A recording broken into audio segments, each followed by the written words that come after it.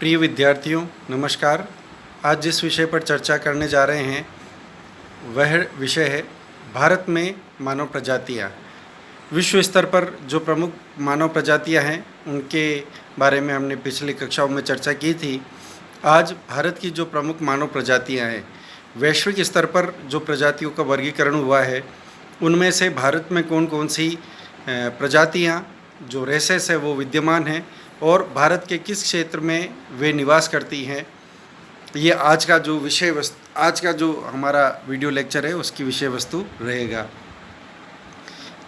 भारत में मानव प्रजातियों के वर्गीकरण के बारे में भी अनेक विद्वानों ने अपनी अपनी बात, अपने विचार रखे हैं और उनमें से कंपाइल करते हुए या समेकित रूप में हम बीएस गुहा महोदय का जो वर्गीकरण है उसको काफ़ी अच्छा मानते हैं और उस वर्गीकरण के आधार पर भारत में जो मानव प्रजातियों का वर्गीकरण है वह 9 उपवर्गों में हुआ है।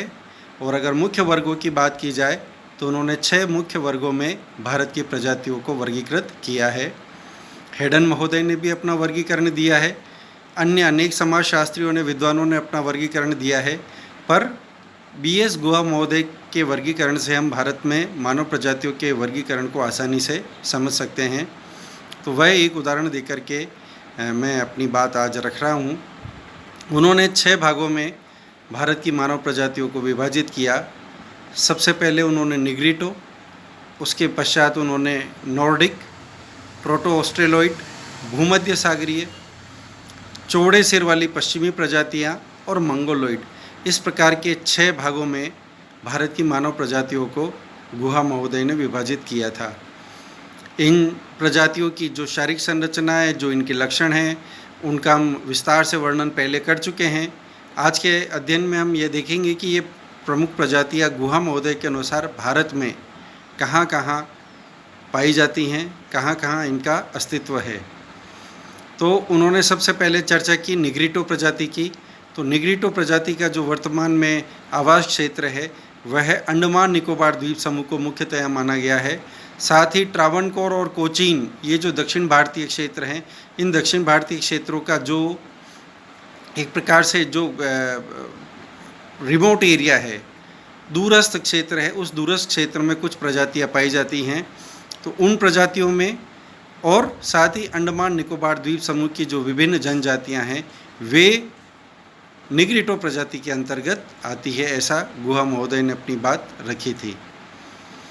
दूसरी उन्होंने प्रमुख प्रजाति बताई प्रोटो ऑस्ट्रेलॉइड। जो ऑस्ट्रेलॉइड प्रजाति है उसी का आद्य रूप यानी उसी का पुराना रूप, उसको हमने प्रोटो ऑस्ट्रेलॉइड के रूप में वर्गीकृत किया।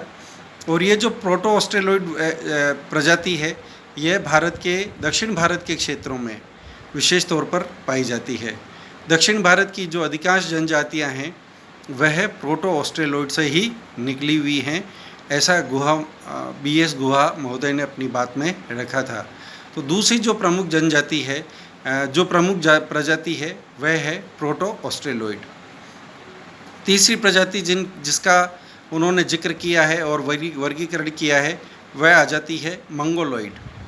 मंगोलॉइड जो प्रजाति है वह भारत के उत्तरी पूर्वी राज्यों में मुख्यतया निवास करती है।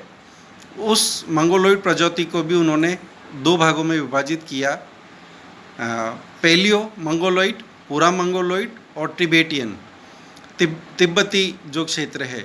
तो इस तरीके से 2 भागों में वो विभाजित करते। तो पैलियो मंगोलॉइड की अगर स्थिति की हम बात करें तो नॉर्थ ईस्ट के जो अधिकांश राज्य हैं, नागालैंड, मणिपुर, मिजोरम, इन सारे राज्यों के अंतर्गत यह पैलियो मंगोलॉइड प्रजाति निवास करती है। जबकि जो तिब्बत का क्षेत्र है, नेपाल है और भारत में आने वाला जो सिक्किम प्रदेश है, सिक्किम प्रदेश, इसी प्रकार से जो भूटान अलग देश है, तो ये जो पूरा क्षेत्र है यहाँ पर इस प्रकार की जनजाति उन्होंने बताई जो टिबेटियन मंगोलॉइड के अंतर्गत आती है। तो पूरा मंगोलॉइड और टिबेटियन या तिब्बती मंगोलॉइड, इन 2 भागों में विभाजित करके उन्होंने मंगोलॉइड प्रजाति के बारे में अपना वर्गीकरण दिया। चौथा उन्होंने लिया था भूमध्य सागरीय प्रजाति। भूमध्य सागरी को भी उन्होंने अल्पाइन और डिनोरिक इन दो भागों में विभाजित करके बताया। नॉर्थ इंडिया जो उत्तरी भारत है उसका पंजाब, उत्तर प्रदेश, बिहार और पश्चिमी बंगाल तक इस प्रजाति का उन्होंने अस्तित्व बताया था। तो ये जो भूमध्य सागरीय प्रजाति है, यह भूमध्य सागरीय प्रजाति के भी दो उन्होंने भाग किए और उत्तरी भारत में उसका अस्तित्व उन्होंने बताया गुहा महोदय ने। फिर चौड़े सिर वाले भूमध्य सागरीय पश्चिमी प्रजाति, ये जो प्रजाति है, इस प्रजाति के अंतर्गत उन्होंने जो मध्य भारत का क्षेत्र है, उत्तर प्रदेश, फिर नीचे मध्य प्रदेश, महाराष्ट्र, राजस्थान का हिस्सा, इन सारे क्षेत्रों में वे ये मानते हैं कि चौड़े सिर वाली जो भूमध्य सागरीय प्रजाति है उसका अस्तित्व पाया जाता है। यहाँ की जो निकली हुई आगे की जातियाँ हैं, यहाँ के समूह हैं, वे उसी प्रजाति से निकलकर आगे आए हैं। और छठा उन्होंने लिया था नॉर्डिक, जिसके अंतर्गत लगभग पूरा मध्य भारत और उत्तर भारत के अनेक राज्यों में उन्होंने नॉर्डिक प्रजाति का संकेंद्रण बताया।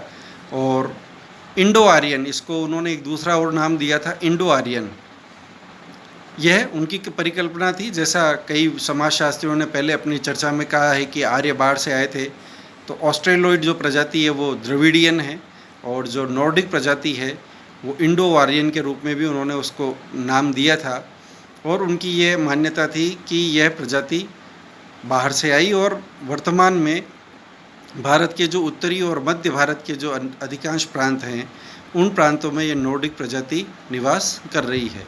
तो इस प्रकार से इन 6 मुख्य भागों में और 9 उप विभागों में उन्होंने भारत की प्रजातियों का वर्गीकरण किया और भारत में ये जो प्रजातियाँ ये कहाँ कहाँ निवास कर रही है इसके बारे में अपना पूरा विश्लेषण दिया था। तो इन 6 प्रजातियों के बारे में हम कह सकते हैं कि उसका अंश भारत में अलग अलग क्षेत्रों में पाया जाता है। जो मंगोलॉइड प्रजाति है उत्तरी पूर्वी ईशान प्रांतों में, जो प्रोटो ऑस्ट्रेलोइड प्रजाति है वह दक्षिण भारत में, इसी प्रकार से निग्रिटो प्रजाति भारत का एकदम दक्षिणी भाग, केरल कर्नाटक के क्षेत्र और अंडमान निकोबार द्वीप समूह, और बाकी शेष प्रजातियां नॉर्डिक, भूमध्य सागरीय और जो चौड़े सिर वाली प्रजातियां हैं वे भारत के उत्तरी और मध्य भारत के क्षेत्रों में पाई जाती है। इस प्रकार का एक वर्णन BS गुहा महोदय ने किया था। इनके अतिरिक्त अन्य समाजशास्त्रियों ने भी वर्गीकरण किया, लेकिन गुहा महोदय का अध्ययन हमको भारत के संदर्भ में उचित प्रतीत होता है और उस कारण से उसका डिटेल में अध्ययन, उसका डिटेल में एक प्रकार से कहाँ ये प्रजातियाँ पाई जाती है वो मैंने आपके सामने रखा। तो ये भारत की प्रमुख मानव प्रजातियाँ हैं। अगला जो विषय है, टॉपिक है, उस पर हम कल चर्चा करेंगे, मानव की आर्थिक गतिविधियाँ। धन्यवाद।